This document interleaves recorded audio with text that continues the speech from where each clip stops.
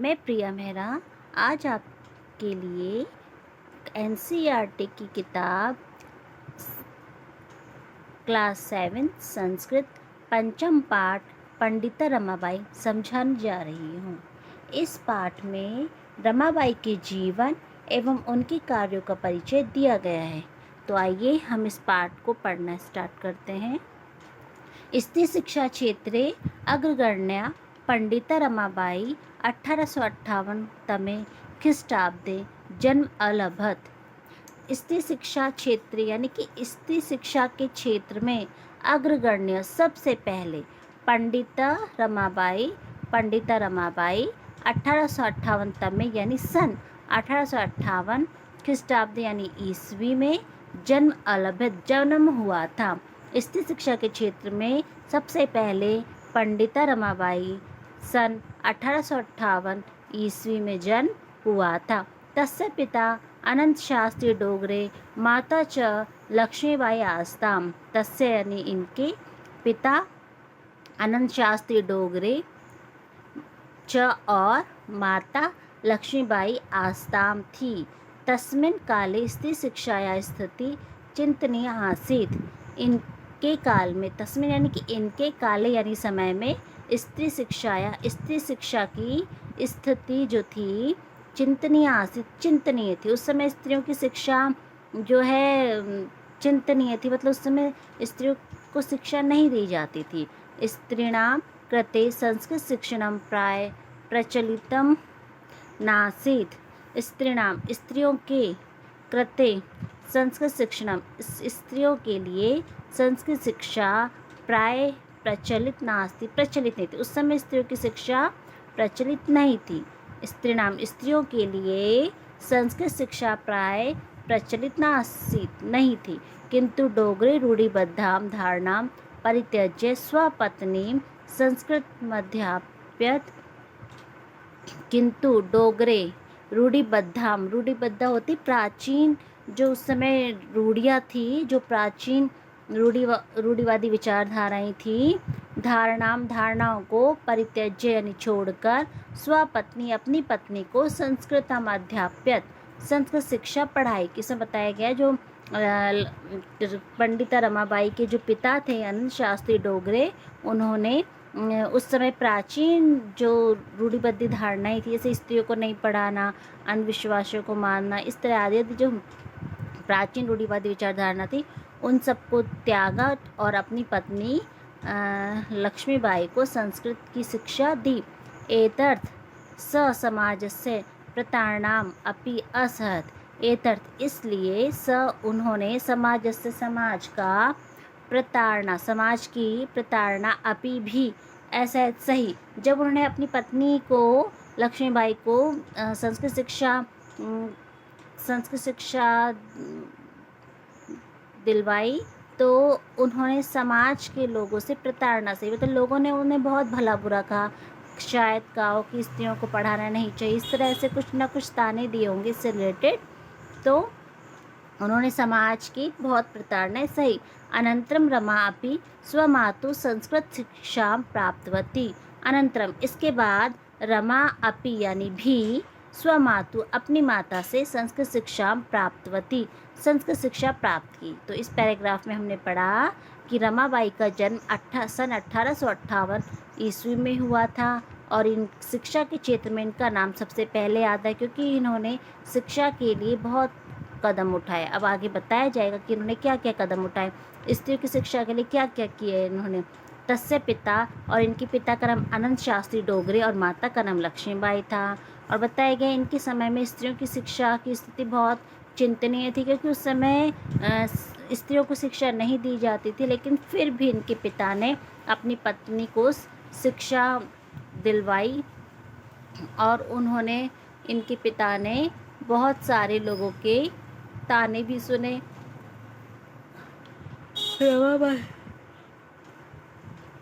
रमाबाई की जो प्रारंभिक शिक्षा थी उन्होंने अपनी माता से ग्रहण की। तो इस पैराग्राफ में बताया, हम आगे पढ़ते हैं।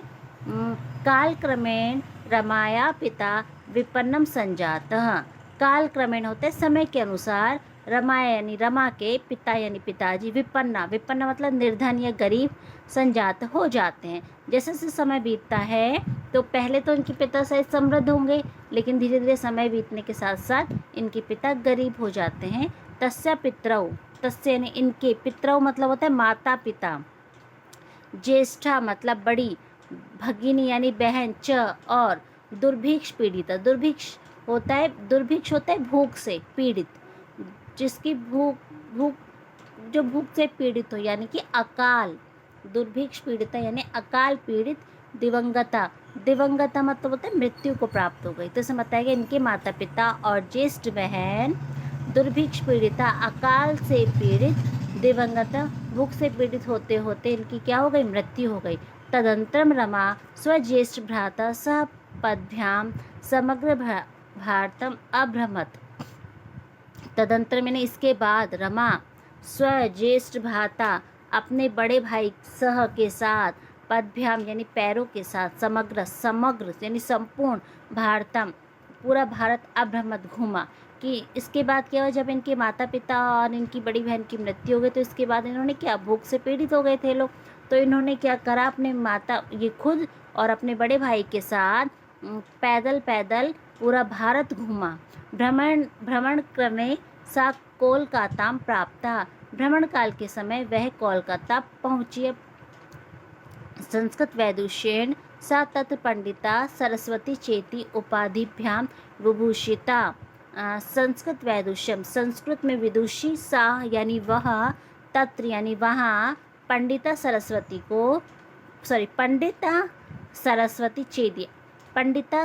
सरस्वती चेदी आदि उपाधियां विभूषित, जो आदि उपाधियां थी उनसे इनको विभूषित किया गया। तत्रेव सा ब्रह्म समाजेन प्रभाविता वेदाध्ययनम अकरो, तत्रेव यानी वहाँ, सा यानी इन्होंने, ब्रह्म समाज से प्रभावित होकर वेदाध्ययनम अकरोत, वेदों का अध्ययन किया। पश्चात सा स्त्रीणाम कृते वेदादीनाम शास्त्राणाम शिक्षाएं आंदोलन प्रारब्धवती।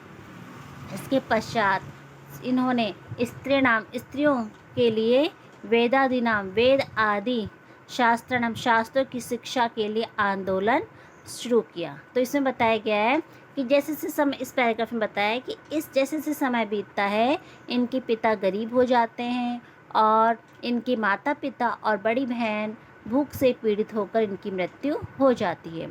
इसके बाद वह और उसके बड़े भाई पैदल जो है पूरे भारत का भ्रमण करते हैं। भ्रमण काल में घूमते घूमते वो कोलकाता पहुंचते हैं। ये संस्कृत की विदुषी थी, इसलिए इन्हें पंडिता और सरस्वती आदि उपाधियों से उन्हें विभूषित किया गया, उन्हें सम्मानित किया गया। और वहाँ इन्होंने ब्रह्म समाज से प्रभावित हुई, कहाँ, कोलकाता में ही ये ब्रह्म समाज से प्रभावित हुई। वहाँ उन्होंने वेदों का अध्ययन किया। इसके पश्चात इन्होंने स्त्रियों के लिए वेदों का ज्ञान और शास्त्र शिक्षों के लिए इन्होंने आंदोलन प्रारंभ कर दिया कि स्त्रियों को वेदों का ज्ञान और शास्त्रों की शिक्षा देनी चाहिए, इसलिए इन्होंने आंदोलन शुरू किया। 1800 में ख्रीष्टाब्दे सा विपिन बिहारी दासेन स बांकीपुर न्यायालय विवाहम अकरोत।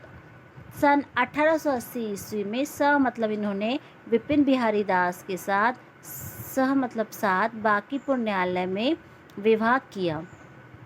सार्धेक वर्षात होता है 1.5 वर्ष के बाद, अनंतरम यानी 1.5 वर्ष के बाद, तस्य इनके पति यानी पति का दिवंगत मृत्यु हो जाती है। 1.5 वर्ष के बाद इनके पति की मृत्यु हो जाती है। 1880 में इन्होंने विपिन बिहारी दास के साथ बांकीपुर न्यायालय में विवाह किया, लेकिन विवाह के 1.5 वर्ष के बाद ही इनके पति विपिन बिहारी दास की मृत्यु हो जाती है। तदंतरम इसके बाद स यानी वह, पुत्र्याम यानी पुत्री, मनोरमा सह के साथ जन्मभूमि महाराष्ट्र प्रत्यागज वापस आ जाती है।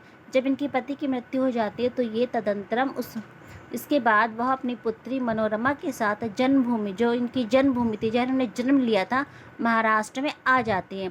नारीणाम सम्मानाय शिक्षाय च सा स्वीकीयं जीवनम अर्पितवती नारीणाम, नारियों के सम्मानम, सम्मान की शिक्षा च, और शिक्षा सा, इन्होंने स्वकीय जीवन अर्पित, अपना पूरा जीवन अर्पित कर दिए। किस किस के लिए उन्होंने अपना पूरा जीवन अर्पित किया? उन्होंने अपना पूरा जीवन नारियों के सम्मान और उनकी शिक्षाओं के लिए अपना जीवन अर्पित कर दिया। हंटर शिक्षा आयोग से समक्षम नारी शिक्षा विषय सा स्वमतम प्रस्तुतवती।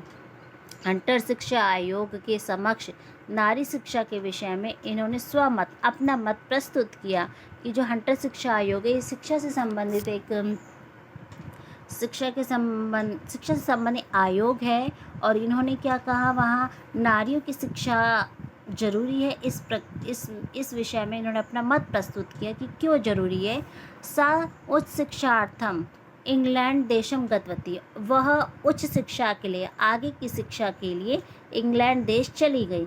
तत् ईसाई धर्म से स्त्री विषय के उत्तम विचारे प्रभाविता जाता, वहाँ स्त्री शिक्षा के ईसाई धर्म के स्त्री विषय के बारे में उत्तम विचार से प्रभावित हुई। इस पैराग्राफ में बताया गया, जब इनकी पति की मृत्यु हो जाती है तो ये अपनी पुत्री को लेकर के अपनी जन्मभूमि महाराष्ट्र आ जाती है। वहाँ ये नारी की शिक्षा और उनके सम्मान के लिए अपना पूरा जीवन समर्पित कर देती है। हंटर शिक्षा आयोग के समक्ष नारी शिक्षा के विषय में अपना मत प्रस्तुत करती है और आगे की पढ़ाई के लिए इंग्लैंड देश चली जाती है। तत्र ईसाई धर्म, और ईसाई धर्म के लोगों के जो विचार थे, उत्तम विचार थे स्त्रियों के विषय में, इससे प्रभावित होती है। इंग्लैंड देशात रमाबाई अमेरिका देशम अगच्छत, इंग्लैंड देश के बाद रमाबाई अमेरिका देश गई। इंग्लैंड देश के बाद रमाबाई अमेरिका देश गई। तत्र सा भारतस्य विधवा स्त्रीणां सहायतार्थम धन संचयम अकरोत्। तत्र यानी वहाँ इन्होंने भारत के विधवा स्त्रियों के लिए की सहायता के लिए धन, अर्थ संचय मतलब होता है धन इकट्ठा, अकरोत् किया। कि जब ये इंग्लैंड के बाद अमेरिका गई तो इन्होंने भारत की जो विधवा स्त्रियां थी इनकी सहायता के लिए धन इकट्ठा किया। भारतम प्रत्यागत्य, भारत आकर मुंबई नगर में सा मतलब इन्होंने शारदा सदनम स्थापित, शारदा सदन की स्थापना की। वापस जब ये अमेरिका से मुंबई नगर आती है तो इन्होंने शारदा सदन की स्थापना की। अस्मिन आश्रम में निस्सहाया स्त्रिय निवसन्ति स्म, अस्मिन यानी इस आश्रम में निस्सहाय, जिसकी कोई सहायता नहीं करता, स्त्री जिसकी कोई सहायता नहीं करता, ऐसे स्त्रियों के लिए निवसन्ति स्म निवास बनाया। क्या, कौन सा, जो शारदा सदन था, ऐसी स्त्रियों के लिए घर था जिनकी कोई सहायता नहीं करता। तत्र स्त्रिय मुद्रम टंकरणम काष्ठ कलादिनाश्च प्रशिक्षणम अपि लभन्ते स्म। तत्र यानी वहाँ स्त्रियों को मुद्रण होता है, मुद्रण मतलब होता है जैसे छपाई, किसी में छपाई करना, जैसे टंकणम होता है आपका टाइपिंग, और काष्ठ कला मतलब होता है लकड़ियों से कुछ बनाना, लकड़ी आदि से कुछ बनाना, आदियों का प्रशिक्षण लभन्ते स्म यहाँ मिलता था। शारदा सदन में जो निस्सहाय स्त्रियाँ रहती थी उसको चलाने के लिए वहाँ जो स्त्रियाँ रहती थी वो स्त्रियाँ काम करती थी, जैसे टाइपिंग कर लिया और क्या कहते हैं छपाई, किसी चीज़ में छपाई, लकड़ियों से कुछ बनाना, इस प्रकार का प्रशिक्षण दिया जाता था। परम इदम सदनम पुणे नगरे स्थानांतरित जाता, परंतु इदम यानी यह सदन पुणे नगर स्थानांतरित हो जाता है।